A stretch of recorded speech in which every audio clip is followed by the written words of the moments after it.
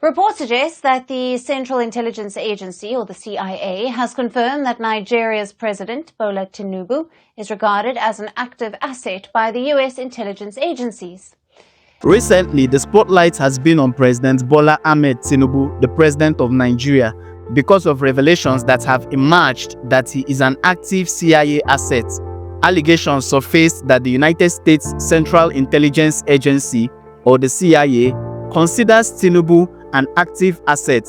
This explosive claim came to light through a joint filing by the CIA, the Federal Bureau of Investigation, or the FBI, and the Drug Enforcement Administration, that's the DEA, in which the agencies opposed the release of unredacted information concerning Tinubu's messy past. These revelations have sparked debates and unease, raising questions about the implication for Nigeria's sovereignty and the role of the US in African political affairs. This CIA controversy began when Nigerian investigative journalist David Hundeyin, known for his commitment to transparency and accountability, initiated efforts to uncover details about Bola Tinubu's history. Working alongside Plainsight founder Aaron Greenspan, Hundeyin filed a Freedom of Information Act, or FOIA request, directed at the FBI, the CIA, and the DEA. This request aimed to disclose records that could clarify the extent of Tinubu's interactions with these agencies, particularly concerning a 1993 drug trafficking case. In response, the U.S. intelligence community submitted a memorandum to a U.S. district court in Colombia, citing various FOIA exemptions as grounds for withholding full disclosure. The CIA emphasized the necessity of protecting its human sources, stating that human sources can be expected to furnish information to the CIA only when they are confident the CIA can and will do everything in its power to prevent public disclosure of their cooperation. End quote. This language, coupled with the agency's refusal to release full information, added fuel to the growing speculation that Tinubu might indeed have been a CIA asset. President Bola Ahmed Tinubu, who assumed office in 2023, is no stranger to controversy. The 72-year-old leader has faced significant criticism, often dubbed, quote, the flying president, for his frequent trips abroad. However, his past associations have raised even more eyebrows. In 1993, Tinubu forfeited $460,000 to the city of Illinois, Chicago, after a U.S. investigation linked him to drug trafficking activities. The civil forfeiture case did not charge Tinubu directly with a crime, but it involved funds held in 10 bank accounts under his name. In April 2023, the All Progressives Congress (APC), Tinubu's political party, defended him before the Presidential Election Tribunal, arguing that the forfeiture was not an admission of guilt and that the US had no ongoing interest in him. However, the CIA's and DEA's recent stances challenged this narrative, casting doubt on the claim that Tinubu's past is of no concern to US authorities. When David Hundeyin and Greenspan submitted their FOIA request in March 2023, it triggered a complex legal response.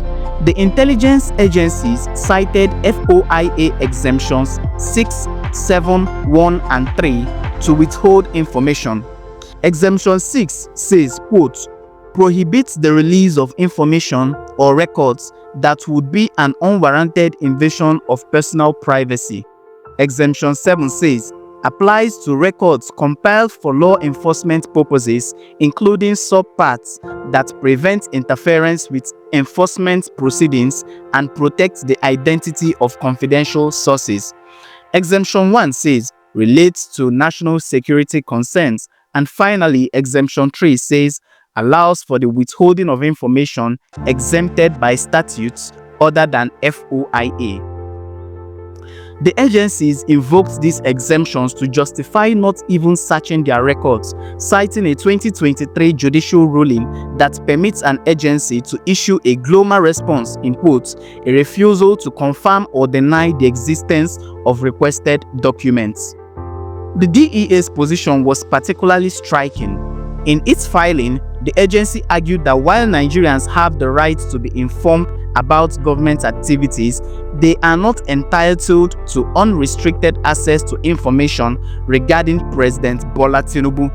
This response, along with the CIA's insistence on protecting its intelligence sources, heightened the speculation that Bola Tinubu had indeed provided valuable information to US authorities in the past. The implications of these revelations are profound. David Hundeyin, speaking about the case, pointed out that US intelligence support for certain African leaders has historically contributed to political instability in the region. On social media, reactions have been divided. While some users on platforms like X, formerly known as Twitter, expressed skepticism about the label CIA assets, others viewed the allegations as a betrayal of Nigerian sovereignty, with some even calling it an act of treason. In response, Tinubu's special assistant on social media, Dada Olusegun, dismissed the claims as baseless and politically motivated. However, the silence from both the Nigerian government and the US intelligence community only adds to the intrigue. The agency's refusal to confirm or deny Tinubu's involvement effectively leaves the question open-ended, fueling further speculation. To understand the gravity of the situation, it is essential to revisit the 1993 forfeiture case. Forfeiture, as interpreted by several legal authorities, is often considered a form of punishment. A pivotal Supreme Court decision in Nigeria delivered on January 17, 2014 in the case of Muhammad Abacha versus Federal Republic of Nigeria supports this view. The court, compromising justices who later became Chief Justices of Nigeria, ruled that forfeiture implied punishment for a crime, emphasizing that forfeiture is a form of punishment and its effect is instantaneous. This legal precedent reinforces the arguments that Bola Tinubu's 1993 forfeiture was not merely an administrative action, but a consequence tied to criminal allegations. The APC's insistence that the forfeiture was unrelated to Tinubu himself contrasts sharply with both this legal interpretation and the implications of the US agency's recent refusal to disclose information. The concept of a sitting African president being labeled a CIA asset is not without precedent. The US intelligence agencies have a long history of covert interactions with foreign leaders, particularly in strategic regions. The fact that the CIA, the FBI, and the DEA chose to fight the FOIA requests invoking national security and confidentiality suggests that Tinubu may have had a significant relationship with US intelligence. A global response, which the agencies employed, typically signals that acknowledging the existence of records could compromise ongoing operations or reveal sensitive sources. By not confirming or denying any details, the US intelligence community effectively leaves the matter unresolved, which serves both to protect its interests and to maintain leverage over foreign actors. The allegations surrounding President Bola Tinubu's potential role as a CIA asset remains a contentious and unresolved issue.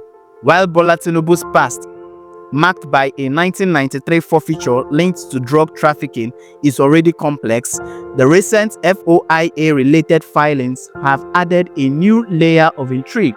The refusal of the CIA, the FBI, and the DEA to disclose information, citing various legal exemptions and national security concerns, raises more questions than it answers.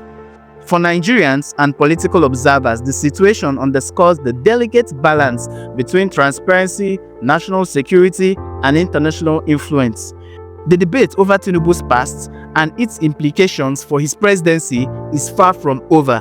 Until clear answers emerge, speculation will continue to shape public discourse both in Nigeria and beyond.